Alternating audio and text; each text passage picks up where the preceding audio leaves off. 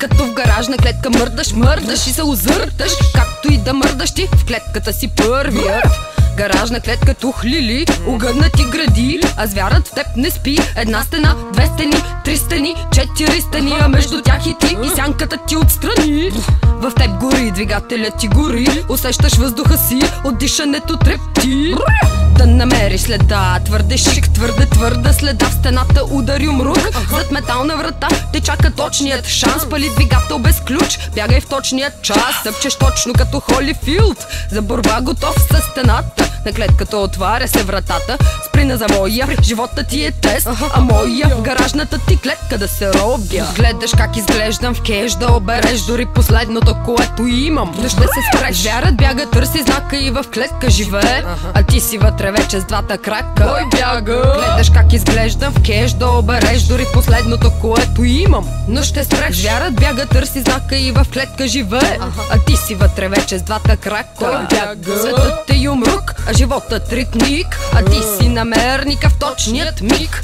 Слагаш в джоба доза и след мен вървиш, за да имаш бърза сума, си готов да ме следиш и ми кръщиш. Бягай, дрил! Да бягам ли пред теб?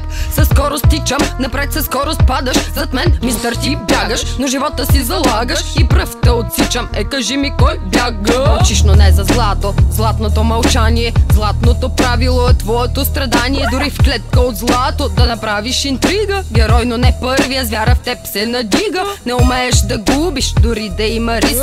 Без контрол над волята, душата ти крещи. Пред теб са двама, трима, но сила не ти достига. И по-лесно е да бягаш, за да не те настигна. Гледаш как изглеждам в кеш, да обереш дори последното, което имам. Но ще се спреш, звярат бяга, търси знака и в клетка живее, а ти си вътре вече с двата крака. Кой бяга? Гледаш как изглеждам в кеш, да обереш дори последното, което имам. Но ще спреш, звярат бяга, търси знака и в клетка живее, а ти си вътре вече с двата крака. Кой бяга? 30 или 3 знака, силни 3 такта, 3, но непознати земя, въздух, вода. Звярат в клетката не тича, не диша и не пие. Звярат в клетката бяга и вътре в теб се крие на страхът негър.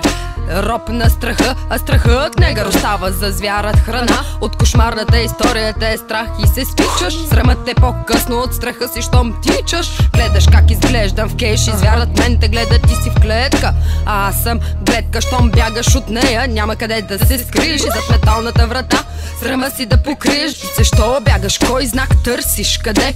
В клетка ли живееш? Страхът в теб ли спи? Можеш ли да бягаш сега или преди? Стой си зад стената, за да не те настигна. Гледаш как изглеждам в кеш, да обереш дори последното, което имам. Но ще се спреш, звярат бяга, търси знака и в клетка живее, а ти си вътре вече с двата крака. Кой бяга? Гледаш как изглеждам в кеш, да обереш дори последното, което имам.